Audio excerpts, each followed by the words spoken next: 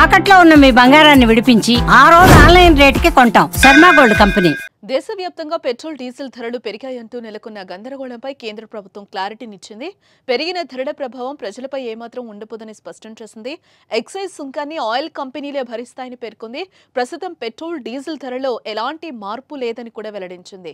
వాహనదారులు ప్రజలు అవాస్తవాలు నమ్మి గందరగోళానికి గురికావద్దని సూచనలు చేసింది.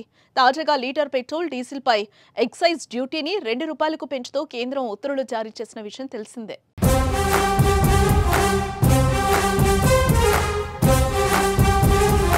ఇక పెరిగిన ధరలు ఇవాళ అర్ధరాత్రి తర్వాత నుంచి అమల్లోకి రానుంది. కాగా ప్రస్తుతం హైదరాబాద్ నగరంలో లీటర్ పెట్రోల్ ధర ₹107.46 పలుకుతోంది. ఇదే సమయంలో డీజిల్ లీటర్కు ₹95.70 వద్ద ఉంది. అయితే పెంచిన ధరల కారణంగా వీటిలో మార్పు వస్తుందని వాహనదారులు భయాందోళన వ్యక్తం చేస్తున్న నేపథ్యంలో పెంచిన రేట్లు వాహనదారులపై ప్రభావం ఉండదంటూ క్లారిటీనిచ్చింది కేంద్ర సర్కార్.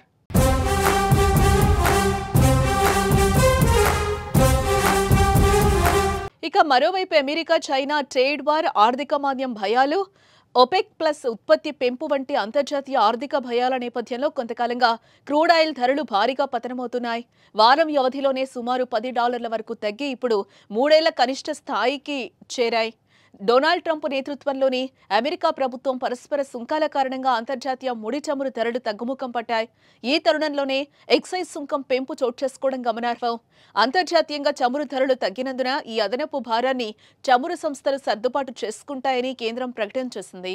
అదే సమయంలో పెరిగిన రేట్లపై వాహనదారులు ఎవరూ గందరగోళానికి గురికావద్దంటూ కేంద్రం క్లారిటీనిచ్చింది.